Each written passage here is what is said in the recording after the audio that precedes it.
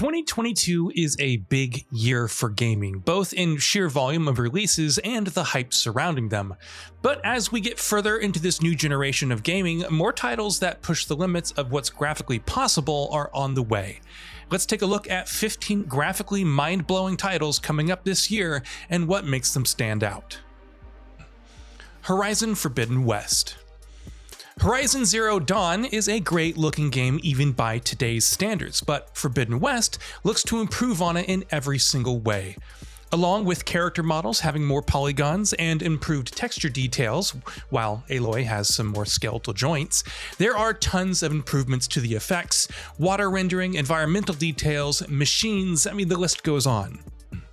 The PS5 version even has the advantage of using cinematic grade lighting throughout the entire experience, while it's only for the cutscenes on the PS4. Couple all of this with improved cinematics and facial animation for its characters, and Horizon Forbidden West could very well be the best looking game of the year. God of War Ragnarok. Much like Horizon, improving on the perfection in God of War is tough, but Ragnarok seems more than capable of the same. Based on the gameplay demo, improved texture details and higher polygon models can be seen, while environments are packed full of more detail, especially when traveling to the newer cities. Improved water details and weather effects, not to mention the series' excellent animation, all make for a visually rich experience. The trademark single-shot camera presentation is also back, which feels like the cherry on top. Gran Turismo 7. Polyphony Digital's Gran Turismo series has always tried to push the envelope when it comes to realistic visuals, dating back to the PS1 era. That being said, Gran Turismo 7, looking as good as it does, seems almost unreal. Even though ray tracing is only used in replays and the garage, the level at which the tracks and their skyboxes have been rendered, not to mention vehicle details and quality of lighting and reflection, has to be seen to be believed. And all of this is running at 4K 60 frames per second with HDR enabled. Pioneer. Pioneer from GFA Games is somewhat akin to Stalker, while also being a survival MMO.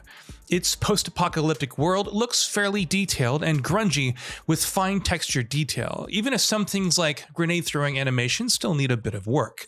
However, it captures the dirty underground well with its lighting and shadows, while also offering vibrant outdoor scenes lush with greenery. It's worth keeping an eye on if nothing else. Elden Ring. From Software has always been known for the quality of its art over realistic graphics, but perhaps the pressure of Elden Ring matching the visual quality of Blue Point's Demon's Souls was more than the developer claimed. The lands between and its various denizens, whether it's the dragons or hulking giants pulling carriages throughout it, is massive and teeming with details. You could argue about reused animations and assets, but the sheer fidelity, combined with the massive draw distance, effects quality, and character details, is still incredible. Stalker 2: Heart of Chernobyl. Characters with high polygon counts, inverse cinematics for animations, physically based material rendering, ray-traced lighting, and reflections. There's quite a lot to glean from the gameplay walkthrough of Stalker 2: Heart of Chernobyl.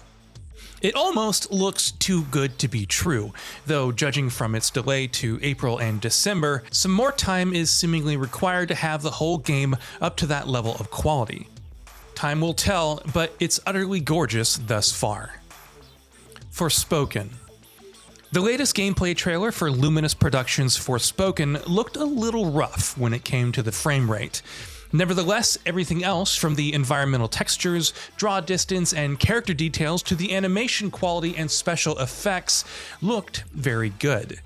There's still a lot more we need to see, but Square Enix's penchant for stellar cutscenes and strong art design has raised Forspoken's profile quite a bit over the past year. The Day Before.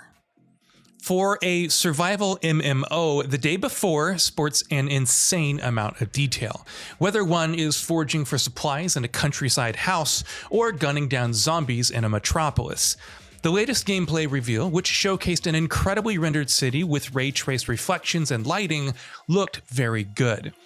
But even the amount of foliage and vegetation while venturing through a forest was on point.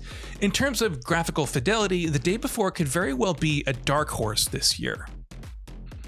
A Plague Tale: Requiem. The first game surprised many with its visuals, with photogrammetry being used to create super detailed environments with stellar ambient lighting and shadows.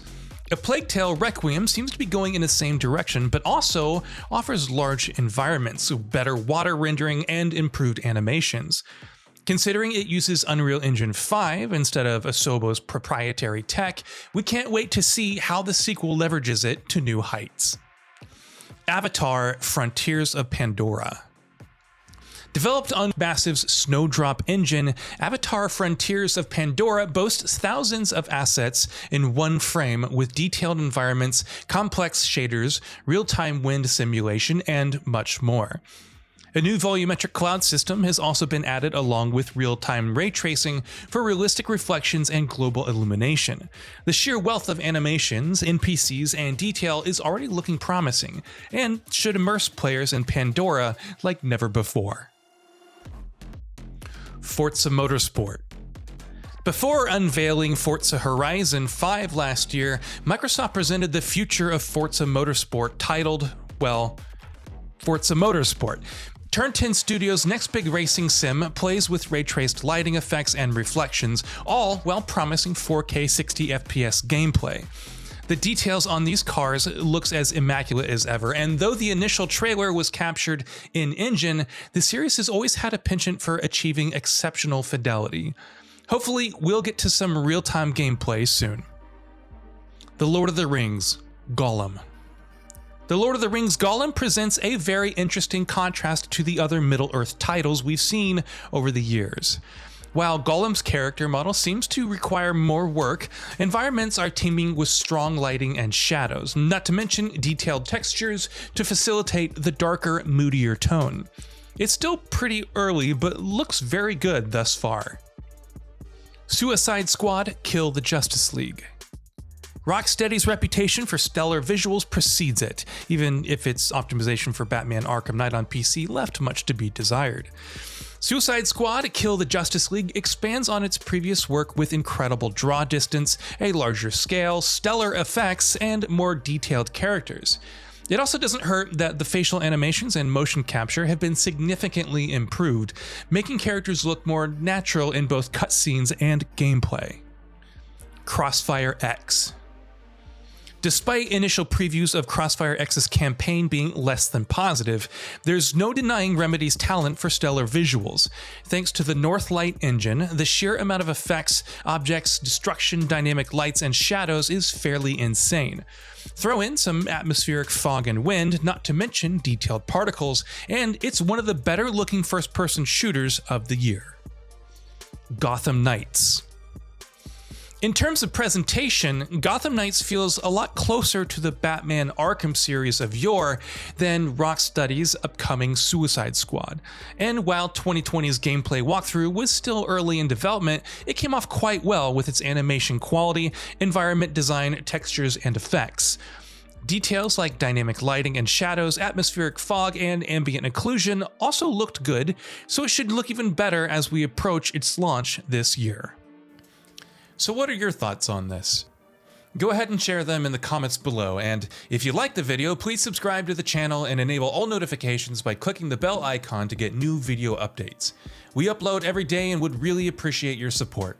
Thanks for watching.